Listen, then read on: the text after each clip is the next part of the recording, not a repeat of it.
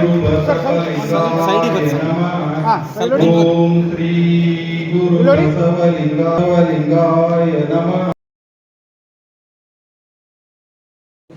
ನಮ್ಮ ಎಳಕಲ್ಲಿನ ನೂತನ ಅಧ್ಯಕ್ಷರಾದಂತಹ ಶ್ರೀಯುತ ಮಹಾಂತೇಶ್ ಜಟ್ಲಿ ಶರಣರಲ್ಲಿ, ನೂತನ ಕಾರ್ಯದರ್ಶಿಗಳಾದಂತಹ ಶ್ರೀಯುತ ಶರಣಬಸಪ್ಪನವರು ಸಜ್ಜನವರಲ್ಲಿ, ಹಾಗೂ ಖಜಾಂಚಿಗಳಾದಂತಹ ಶ್ರೀಯುತ ಬಸವರಾಜ್ ಯಲಟ್ಟಿ ಅವರಲ್ಲಿ, ಮತ್ತು ಹಿಂದಿನ ಅಧ್ಯಕ್ಷರಾದಂತಹ ಬಾಬು ರಾಜವಾಡೆ ಅವರಲ್ಲಿ, ಕಾರ್ಯದರ್ಶಿಯಾದಂತಹ ಪರಶುರಾಮ್ ಅವರಲ್ಲಿ, ನಮ್ಮ ಬಸಲಿಂಗಪ್ಪನವರು ತೋಟದವರಲ್ಲಿ, ಇಲ್ಲಿ ನೆರೆದಿರುವ ಎಲ್ಲ ರೋಟರಿ ಕ್ಲಬ್ನ ಗೌರವಾನ್ವಿತ ಸದಸ್ಯರುಗಳಲ್ಲಿ, ಆಡಳಿತ ಮಂಡಳಿಯ ಸದಸ್ಯರಲ್ಲಿ, ಪೂಜ್ಯ ತಾಯಂದಿರಲ್ಲಿ, ಮಕ್ಕಳಲ್ಲಿ, ಭಕ್ತಿಯ ಶರಣಾರ್ಥಿಗಳು.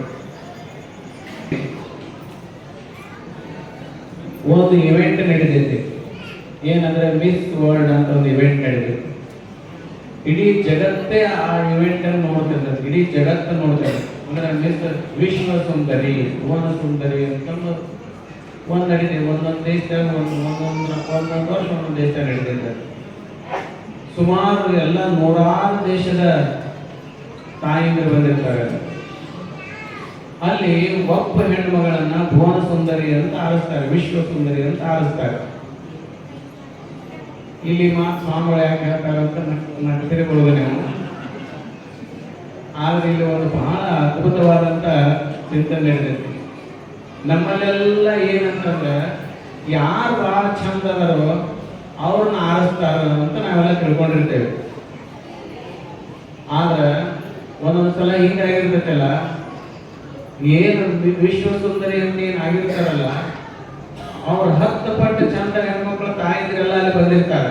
ಅವರು ಪಾರ್ಟಿಸಿಪೆಂಟ್ಸ್ ಆಗಿರ್ತಾರೆ, ಅವ್ರು ಯಾರು ಸೆಲೆಕ್ಷನ್ ಆಗಿರಂಗಿಲ್ಲ. ಆದ್ರೆ ಇವರ ಯಾಕೆ ಸೆಲೆಕ್ಷನ್ ಆಗ್ತಾರೆ? ಯಾವ ಕ್ರೈಟೇರಿಯಾದ ಮೇಲೆ ವಿಶ್ವ ಸುಂದರಿಯನ್ನು ಆರಿಸ್ತಾರೆ ಅಲ್ಲಿ. ನಾವೆಲ್ಲರೂ ಏನ್ ನೋಡಿ ಯಾರು ಬಹಳ ಚಂದದಾರ ಅವ್ರು ಆರಿಸ್ತಾರ ಅಂತ ನಾವು ತಿಳ್ಕೊಂಡಿವಿ. ಆದ್ರೆ ಹಂಗಲ್ಲ. ಸುಮಾರು 3-4 ವರ್ಷದಿಂದ ಮಿಸ್ ವರ್ಲ್ಡ್ ಮಾಡಿದ್ರು. ಆ ವೇಳೆಯಲ್ಲಿ ಒಂದು ಎಲ್ಲರನ್ನ ಇಂಟರ್ವ್ಯೂ ತಗೊಂತಾರೆ. ಆ ಭಾಗವಹಿಸಿದವರಲ್ಲಿ ಏನಾದ್ರೆ ಕಾಂಪಿಟೇಷನ್ ಇರ್ತಲ್ಲ, ಇಂಟರ್ವ್ಯೂ ತಗೊಂತಾರೆ. ಅವರು ಇಂಟರ್ವ್ಯೂ ತಗೊಂಡಾಗ ಅವರು ಒಂದು ಕ್ವಶನ್ ಕೇಳ್ತಾರೆ. ಮಿಸ್ ವರ್ಲ್ಡ್ ಆಗುವಂತ ಹೆಣ್ಮಕ್ಳಿಗೆ ಒಂದು ಕ್ವಶನ್ ಕೇಳ್ತಾರೆ. ಎಲ್ಲ ಕ್ವಶನ್ ಎಲ್ಲರಿಗೂ ಕೇಳಂಗಿಲ್ಲ, ಒಬ್ಬೊಬ್ಬರಿಗೆ ಒಂದು ಬೇರೆ ಬೇರೆ ಕ್ವಶನ್ ಕೇಳ್ತಾರೆ. ಅವಾಗ ಈ ತಾಯಿಗೆ ಮಿಸ್ ವರ್ಲ್ಡ್ ಆಗುವಂತ ತಾಯಿಗೆ ಏನ್ ಕೇಳಿದ್ರ ಅಂದ್ರೆ, ಒಂದು ಕ್ವಶನ್ ಏನ್ ಕೇಳಿದ್ರ ಅಂದ್ರೆ, ಜಗತ್ತಿನಲ್ಲಿ ಶಾಶ್ವತವಾಗಿ ಅತ್ಯಂತ ಸುಂದರವಾಗಿರ್ಬೇಕಾದ್ರೆ, ಜಗತ್ತಿನಲ್ಲಿ ಅಂದ್ರೆ ಇಡೀ ವಿಶ್ವಕ್ಕೇ ಜಗತ್ತಿನಲ್ಲಿ ಶಾಶ್ವತವಾಗಿ ಅತ್ಯಂತ ಸುಂದರವಾಗಿರ್ಬೇಕಾತಂದ್ರೆ ಏನ್ ಮಾಡಬೇಕು ಅಂತ ಕ್ವಶನ್ ಕೇಳ್ತಾರೆ ಅವರು.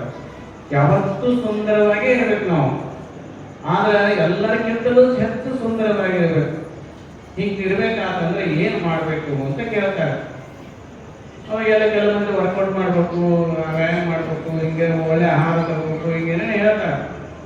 ಆದ್ರೆ ಮಿಸ್ ವರ್ಲ್ಡ್ ಅಂತ ಅವತ್ತಿನ ಹೆಣ್ಮಗಳು ಹೆಸರು ನೆನಪಿಲ್ಲಾಗ ಏನ್ ಹೇಳ್ತಾಳಂತಂದ್ರೆ, ಅಂತಃಕರಣದಿಂದ ನೊಂದವರ ಮಾನವರ ಸೇವೆಯನ್ನು ಮಾಡಿದ್ರೆ ಆ ಮನುಷ್ಯ ಜಗತ್ತಿನಲ್ಲಿ ಶಾಶ್ವತವಾಗಿ ಸುಂದರವಾಗಿರ್ತಾನೆ ಅಂತ ಹೇಳ್ತಾರೆ.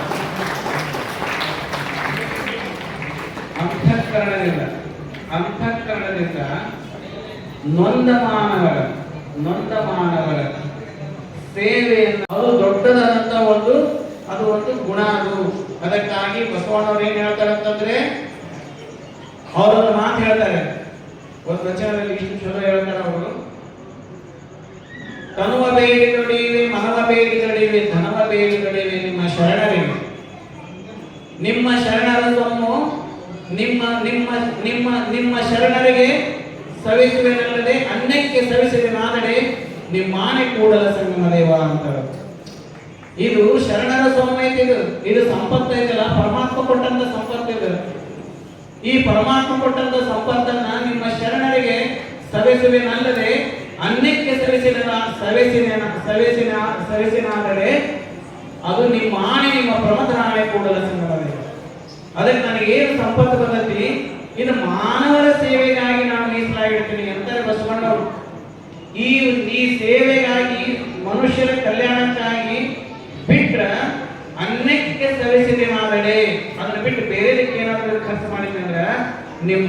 ಕೂಡಲ ಸಂಗಮ ದೇವ. ಅಂದ್ರೆ ಸೇವೆಯನ್ನು ಮಾಡಲಿಕ್ಕೆ ಬಸವಣ್ಣವರು ಎಷ್ಟು ಮಹತ್ವ ಪಡ್ತಾರೆ. ಅದಕ್ಕಾಗಿ ಇವತ್ತು ಬಸವಣ್ಣವರ ಆಶಯವನ್ನೇ ಹೊಂದಿಕೊಂಡಂತ ಒಂದು ಸಂಸ್ಥೆ ರೋಟರಿ ಕ್ಲಬ್. ಅದಕ್ಕೆ ನಮ್ಮ ಅನಿಲ್ ಕುಮಾರ್ ಅವರು ಕೊನೆಗೆ ಬಸವಣ್ಣವರ ಮಾತು ಹೇಳಿ ಬಸವಣ್ಣವರು ವಾಕ್ಯದೊಂದಿಗೆ ಅವರು ಭಾಷಣ ಮುಗಿಸಿದ್ರು. ಇದು ಬಸವಣ್ಣನವರ ಒಂದು ಜಾತ್ಯತೀತವಾದಂತ ನಿಲುವು. ಯಾರು ಅರ್ಥ ಮಾಡ್ಕೊಂಡಿರ್ತಾರೋ ಅವರೆಲ್ಲ ಬಸವಣ್ಣವ್ರನ್ನ ಲೈಕ್ ಮಾಡ್ತಾರೆ. ಅದಕ್ಕಾಗಿ ಅನಿಲ್ ಕುಮಾರ್ ಅವರು ಕೊನೆಗೆ ಬಸವಣ್ಣನವರ ಮಾತುಗಳನ್ನು ಹೇಳಿ, ಬಸವಣ್ಣನ ತತ್ವದ ಮೇಲೆ ರೋಟರಿ ಕ್ಲಬ್ ಐತೆ ಅಂತ ಹೇಳಿ ಬಸವಣ್ಣವರ ಮಾತುಗಳನ್ನು ಹೇಳಿ ಅವರು ಮಾತು ಮುಗಿಸಿದರು. ಅದಕ್ಕಾಗಿ ಬಸವಣ್ಣವರಂದ್ರೆ ಅವರು ವಿಶ್ವದ ಬೆಳಕು, ಮಾನವೀಯತೆಯ ಬೆಳಕು. ಅದಕ್ಕೆ ಆ ದೃಷ್ಟಿಯಿಂದ ಇವತ್ತಿನ ದಿವಸ ನಮ್ಮ ಇಳಕಲ್ ರೋಟರಿ ಕ್ಲಬ್ನವರು ಬಹಳ ನಿಷ್ಠೆಯಿಂದ ಸೇವೆ ಮಾಡ್ತಾರೆ. ತಮ್ಮ ಮನ ಧನದಿಂದ ಸೇವೆ ಮಾಡಿ ಎಲ್ಲರೂ ಬಂದಾಗ ನೋಡಿದ್ದಾರೆ, ತಮ್ಮ ಮನದಿಂದ ಪಾರ್ಟಿಸಿಪೇಟ್ ಮಾಡ್ತಾರೆ. ಅದಕ್ಕಾಗಿ ಇವತ್ತು ನಮ್ಮ ಎಲ್ಲ ಈ ಕ್ಲಬ್ನಿಂದ ನಮ್ಮ ಊರಿನ ಹೆಸರು ಬಹಳ ಚಲೋ ಐತಿ. ರೋಟರಿ ಕ್ಲಬ್ನೊಳಗ ಇಂದ ನಮ್ಮ ಬಾಬು ರಾಜೋಳಿ ಅವರು ಹಿಂದಿನ ಅಧ್ಯಕ್ಷರಿದ್ರು, ಪರಶುರಾಮ್ ಅವರಿದ್ರು, ಅವರೆಲ್ಲ ಬಸಲಿಂಗಪ್ಪ ಒಳ್ಳದವರಿದ್ರು. ಅವರು ತಮ್ಮ ಶಕ್ತಿಯನ್ನು ಮೀರಿ, ತಮ್ಮ ಮನೆತನದ ಕಷ್ಟವನ್ನು ಮೀರಿ ಸೇವೆಯನ್ನು ಮಾಡಿದರು. ಇವತ್ತು ಅಧ್ಯಕ್ಷರಾಗಿ ಶರಣಬಸಪ್ಪನವರು ಸಜ್ಜನ್ ಅವರು ಕಾರ್ಯದರ್ಶಿಯಾಗಿ ಮತ್ತು ಬಸವರಾಜ ಯಲ್ಲಕ್ಕಿ ಅವರು ಖಜಾಂಚಿಯಾಗಿ ಇವತ್ತಿನ ಅಧಿಕಾರ ಸ್ವೀಕಾರ ಮಾಡಿದ್ದಾರೆ. ಹಿಂದಿನ ಹಿರಿಯರು ಏನೇನು ಮಾಡ್ಕೊಂತ ಬಂದಾರಲ್ಲ, ಇವರು ಮುಂದಿನವರೆಲ್ಲ ಮುಂದುವರಿಸಿಕೊಂಡು 10 11 ಮಾಡಿ ಇನ್ನು ಮುಂದೆ 12 ಮಾಡಪ್ಪ ಅಂತ ಮುಂದವರಿಗೆ ಕೊಟ್ಟು ಹೋಗ್ತಾರೆ. ಇದೆಲ್ಲವನ್ನ ಕಂಡುಹಿಡಿದ ನೊಂದ ತಾಯಿಯ ಸೇವೆಯನ್ನ, ಆ ತಾಯಿಯನ್ನು ಒಯ್ದು ಹಡದ ತಾಯಿನೂ ಮಾಡ್ಬೇಕು, ಹಡದ ತಂದೆನೂ ಮಾಡ್ಬೇಕು. ಇದನ್ನೆಲ್ಲ ಎಷ್ಟು ಕಷ್ಟ ಆಗಿತ್ತು, ಆ ಮಗುವಿಗೆ ಎಷ್ಟು ಕಷ್ಟ ಆಗಿತ್ತು. ಅದಕ್ಕಾಗಿ ಎಲ್ಲವನ್ನ ನೋಡಿ ರೋಟರಿ ಕ್ಲಬ್ನವರು ಇದು ದೊಡ್ಡ ಸೇವೆಯನ್ನು ಮಾಡಿದ್ರು. ಇದು ಮಾನವೀಯ ಸೇವೆ. ಈಗ ಯಾವುದು ಪೋಲಿಯೋ ಇಲ್ಲಿ ಇಡೀ ಜಗತ್ತಿನಿಂದ ಪೋಲಿಯೋವನ್ನು ಓಡಿಸ್ಬಿಟ್ರು. ಇದೊಂದು ಅದ್ಭುತವಾದಂತ ಸೇವೆ ಇಡೀ ಜಗತ್ತಿಗೆ ಮಾಡಿದಂತ ಈ ರೋಟರಿ ಕ್ಲಬ್ನ ಇತಿಹಾಸದಲ್ಲಿ ಸುವರ್ಣಾಕ್ಷರ ಪಡೆದಿರ್ತಕ್ಕಂಥ ಬಹುದೊಡ್ಡ ಸೇವೆ ಅಂತಂದ್ರೆ ಅದು ಪೋಲಿಯೋವನ್ನು ನಾಶ ಮಾಡಿದ್ರು. ಈ ಎಲ್ಲವನ್ನು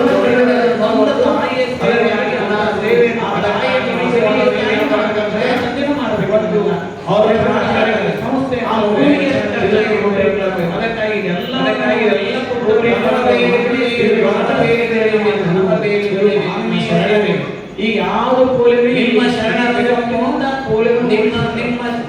ನಿಮ್ಮ ಶರಣರಿಗೆ ಇಡೀ ಸಭೆಗೆ ಮಾಡದೆ ಅನ್ನಕ್ಕೆ ಬಹುದೊಡ್ಡ ಶರಣರ ಇದು ಈ ಪರಮಾತ್ಮ ಕೊಟ್ಟಂತ ಸೇವೆಯನ್ನು ಶರಣರಿಗೆ ಅಲ್ಲದೆ ಅನ್ನಕ್ಕೆ ರೋಟರಿ ಕ್ಲಬ್ ಅದು ನಿಮ್ಮ ಮಾನವೀಯ ಸೇವೆ. ಅದಕ್ಕೆ ನನಗೆ ಏನು ಸಂಪತ್ತು ಬಂದತಿ, ಇದು ಮಾನವರ ಸೇವೆಗಾಗಿ ನಾನು ಮೀಸಲಾಗಿರ್ತೀನಿ ಅಂತಾರೆ ಬಸವಣ್ಣವರು. ಈ ಸೇವೆಗಾಗಿ ಮನುಷ್ಯರ ಕಲ್ಯಾಣಕ್ಕಾಗಿ ಬಿಟ್ರ ಅನ್ನಕ್ಕೆ ಸವಿಸಿದೆ ಮಾಡಲೇ, ಅದನ್ನ ಬಿಟ್ಟು ಬೇರೆದಕ್ಕೆ ಏನಾದರೂ ಖರ್ಚು ಮಾಡಿದ್ವಿ ಅಂದ್ರೆ ನಿಮ್ಮ ಕೂಡಲ ಸಂಗಮ ದೇವ. ಅಂದ್ರೆ ಸೇವೆಯನ್ನು ಮಾಡಲಿಕ್ಕೆ ಬಸವಣ್ಣವರು ಎಷ್ಟು ಮಹತ್ವ ಪಡ್ತಾರೆ. ಅದಕ್ಕಾಗಿ ಇವತ್ತು ಬಸವಣ್ಣವರ ಆಶಯವನ್ನೇ ಹೊಂದಿಕೊಂಡಂತ ಒಂದು ಸಂಸ್ಥೆ ರೋಟರಿ ಕ್ಲಬ್. ಅದಕ್ಕೆ ನಮ್ಮ ಅನಿಲ್ ಕುಮಾರ್ ಅವರು ಕೊನೆಗೆ ಬಸವಣ್ಣವರ ಮಾತು ಹೇಳಿ ಬಸವಣ್ಣವರು ವಾಕ್ಯದೊಂದಿಗೆ ಅವರು ಭಾಷಣ ಮುಗಿಸಿದ್ರು. ಇದು ಬಸವಣ್ಣನವರ ಒಂದು ಜಾತ್ಯತೀತವಾದಂತ ನಿಲುವು. ಯಾರು ಅರ್ಥ ಮಾಡ್ಕೊಂಡಿರ್ತಾರೋ ಅವರೆಲ್ಲ ಬಸವಣ್ಣವ್ರನ್ನ ಲೈಕ್ ಮಾಡ್ತಾರೆ.